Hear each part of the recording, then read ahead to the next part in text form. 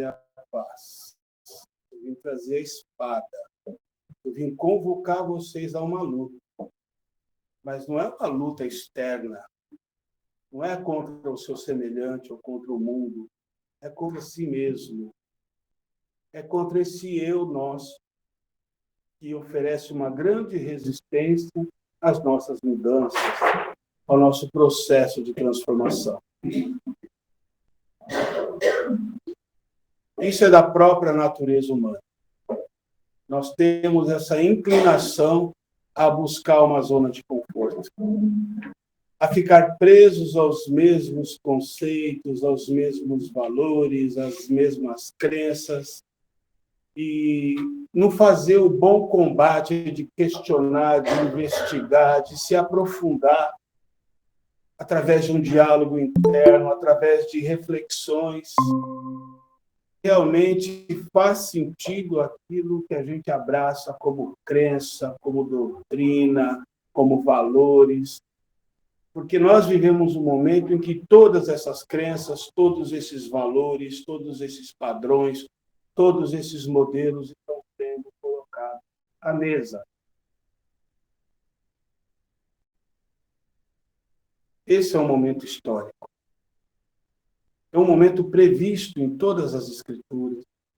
E não só as escrituras que nós temos conhecimento, mas as escrituras de várias tradições religiosas, ocultistas, elas falam da mesma coisa, de um momento como esse. Um momento de revelação, de mudança. E a mudança, ela é difícil, ela é complicada, porque nós temos medo de mudança. Nós temos essa insegurança. E a única ferramenta que nós temos contra o medo da mudança é o conhecimento. Por isso, mais importante do que qualquer trabalho que a casa possa oferecer é justamente os momentos em que estamos aqui juntos, discutindo, fazendo reflexões em torno dessas verdades estabelecidas, desses padrões estabelecidos de pensamento, daquilo que nos tornou quem nós somos e que, de fato, não está funcionando. Porque se estivesse funcionando, não existia sofrimento no mundo, não existiam contendas, não existiam guerras, não existiam, doenças.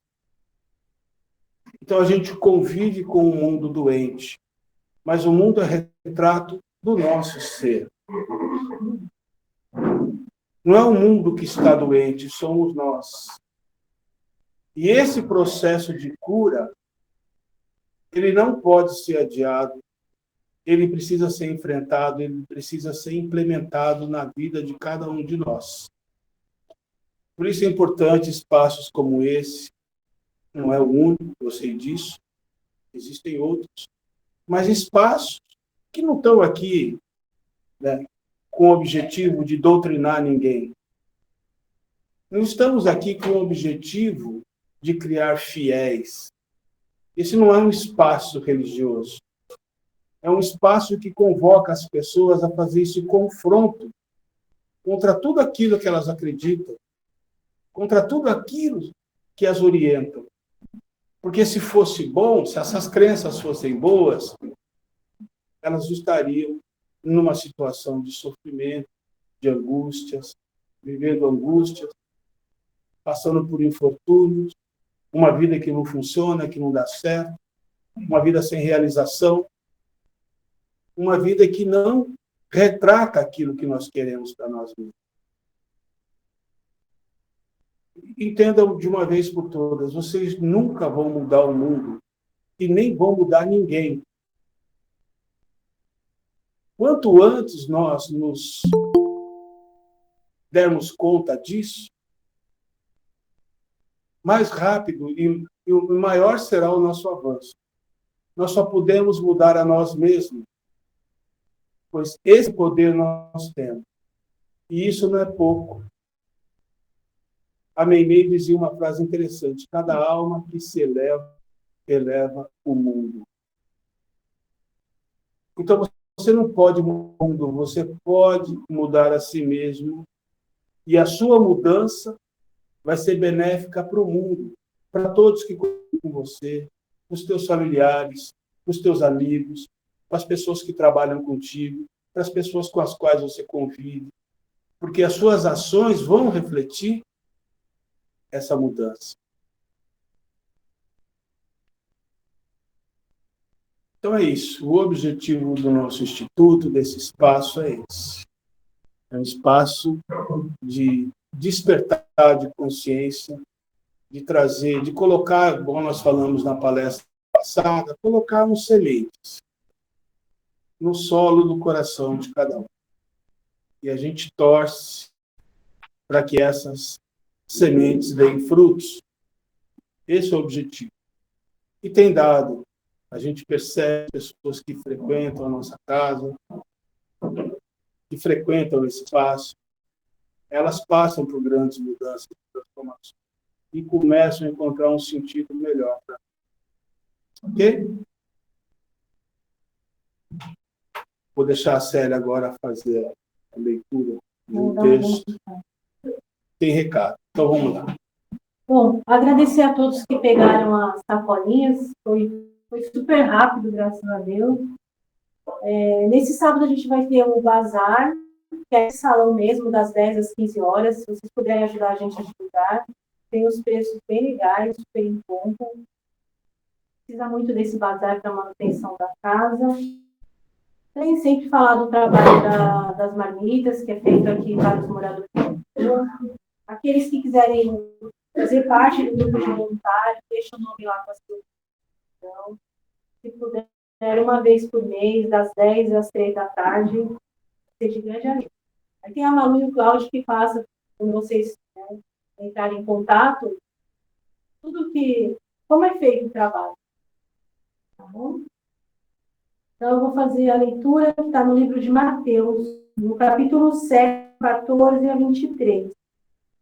Naquele tempo, Jesus chamou outra vez o povo para lhe dizer: escutem todos o que eu digo, e vejam se compreendem.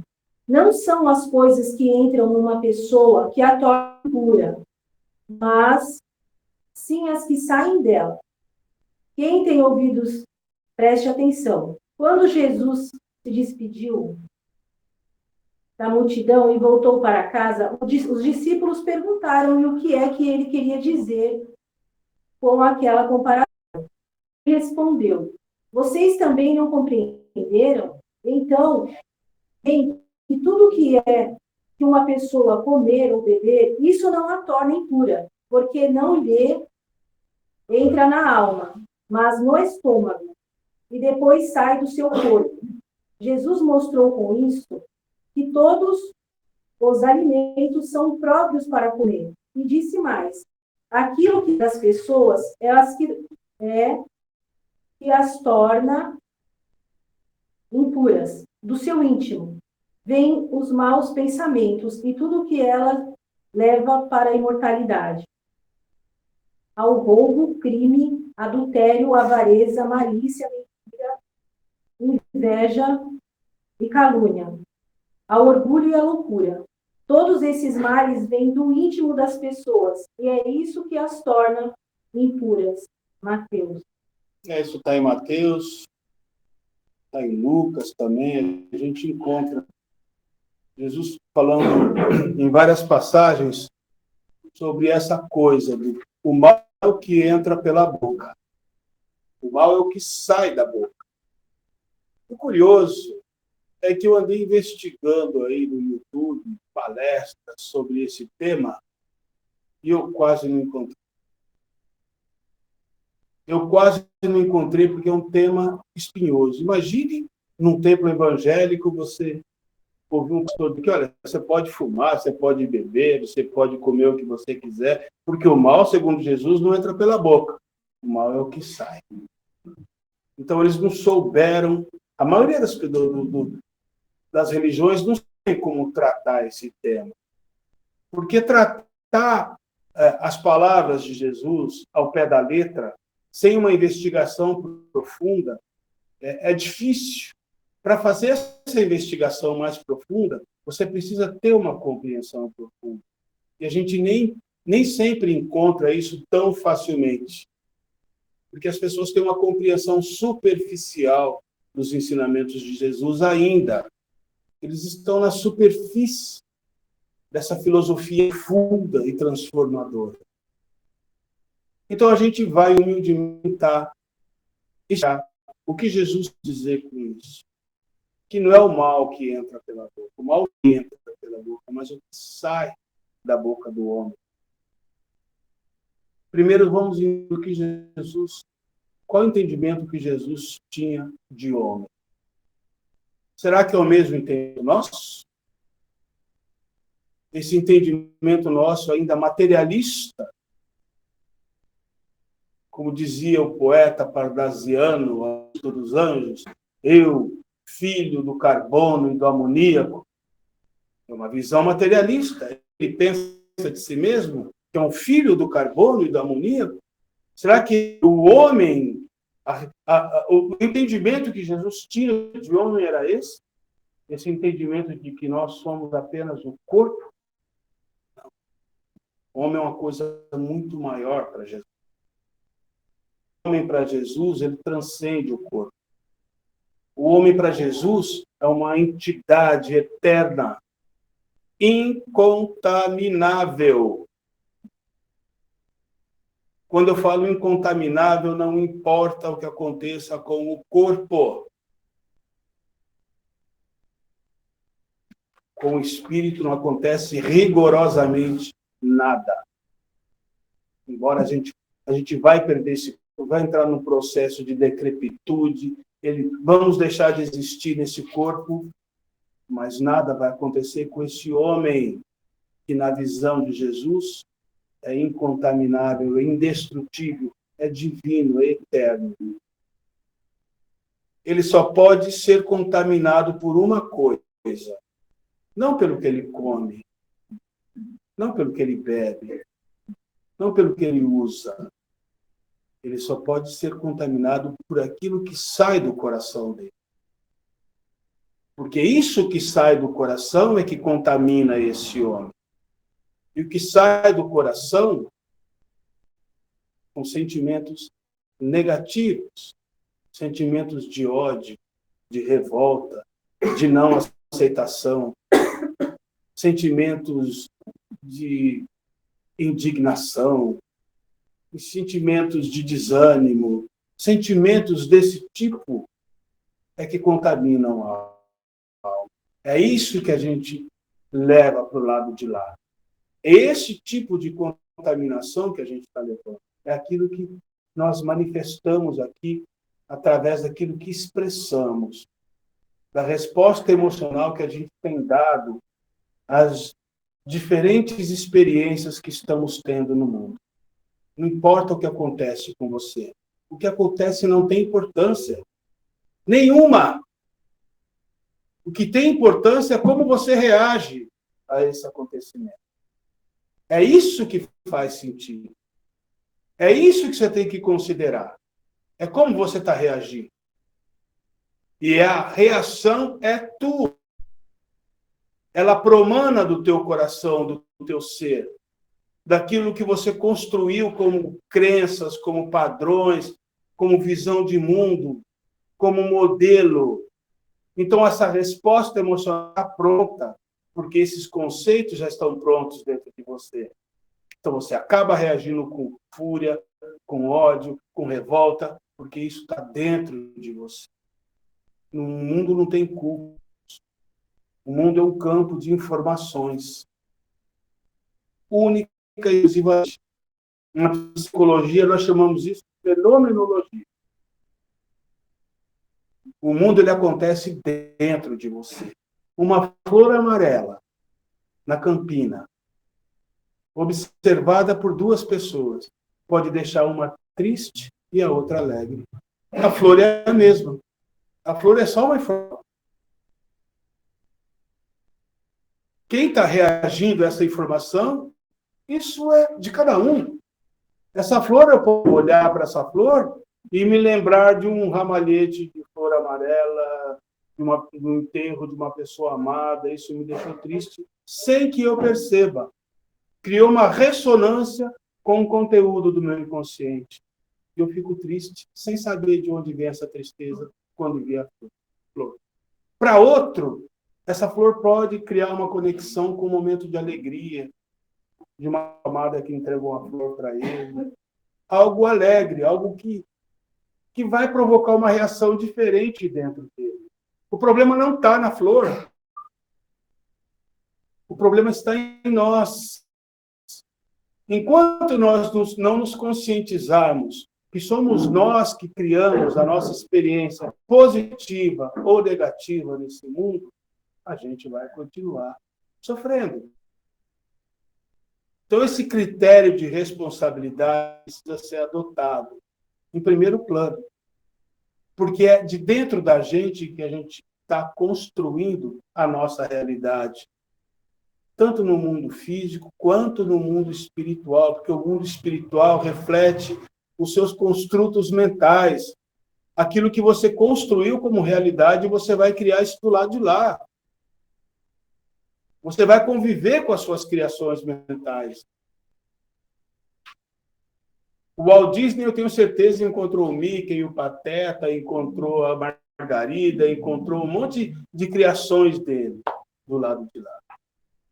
Da mesma forma, o Edgar Allan Poe deve ter encontrado um corvo, deve ter encontrado criptas, deve ter encontrado fantasmas, deve ter encontrado tudo isso. E, aliás, ele encontrou, porque quando ele deu uma comunicação, depois de desencarnado, ele relatou exatamente isso. E tudo aquilo que existia na mente dele, ele encontrou do lado de lá. E foi assustador.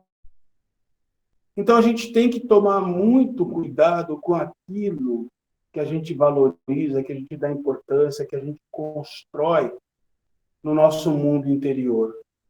Se você está construindo revolta, se você está construindo ódio, se você está construindo principalmente a não aceitação, viver em contra o mundo, viver em guerra contra a realidade, viver em guerra contra aquilo outro, se lançar contra um irmão com ódio, isso, gente, terá consequências duras, porque isso é uma reação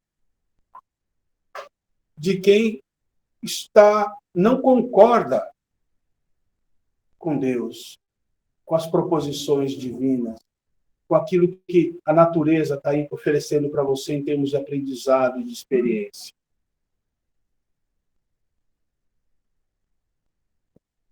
Tinha um fazendeiro chinês. Ele tinha um cavalo. Ele gostava muito desse cavalo. Um dia esse cavalo pulou a cerca e sumiu. Todos os vizinhos foram lá se comprazer dele. Nossa, mas que azar! Que azar você ter perdido o único cavalo que você tinha. O chinês, muito sábio, olhou para os vizinhos e disse: talvez.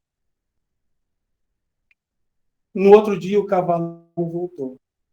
E junto com ele vieram outros 7 cavalos selvagens que o seguiam. Ele passou a ter 8 cavalos na fazenda. E os vizinhos voltaram. Mas, puxa, que sorte! O cavalo voltou e vieram outros cavalos. Agora você tem uma manada de cavalos aqui.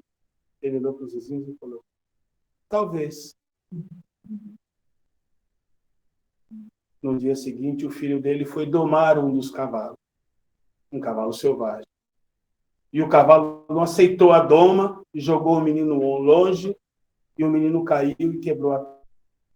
Os vizinhos vieram. Puxa, que azar, hein? Que azar aconteceu com o teu filho. Ele foi tentar domar o cavalo, e olha só a situação dele, acabou quebrando a perna do menino. É muito azar. Aí, o chinês fazendeiro disse: talvez. Poucos dias depois, soldados do exército chinês estavam recrutando jovens para uma guerra. E foram na fazenda dele. Quando entraram lá, disseram para ele, olha, preciso de jovens para a guerra e vim aqui recrutar o seu filho. Quando olharam o menino com a perna quebrada, disseram, esse aqui eu não posso levar. Os vizinhos vieram, puxa, que sorte, seu filho não foi levado. E ele, mais uma vez, disse o quê? O que significa isso? Significa que nós não temos controle absoluto de nada. E que nós não podemos nos revoltar com aquilo que acontece. Porque tudo tem um objetivo voltado para algo maior. Isso é comigo, é com o João, com o Pedro, com o Mané, com o Joaquim, todo mundo.